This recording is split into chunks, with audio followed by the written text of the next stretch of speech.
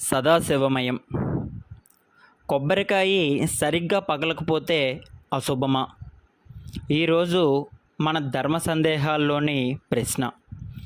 అపోహ ఏమనగా, కొబ్బరికాయ ఒక్కోసారి వంకరగా లేదా నిలువుగా పగిలినా, లేదంటే లోపల కుళ్ళిపోయినా అది అశుభ సూచకంగా అందరూ అంటుంటారు.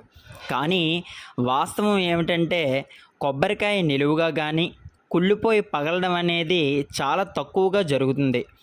టెంక ఎక్కువ పీచుతో సరిగ్గా లేకపోతే నిలువుగా పగులుతుంది. అదేవిధంగా ఏ కాయ అయినా లోపల కుళ్ళిపోవడం అనేది కూడా సహజంగా జరుగుతుంటుంది. లోపల కుళ్ళిందని ఎవరికీ కొట్టేదాకా తెలియదు కదా. ఎలా పగిలినా అదంతా దేవుని అనుగ్రహంగా భావించి స్వీకరించాలి.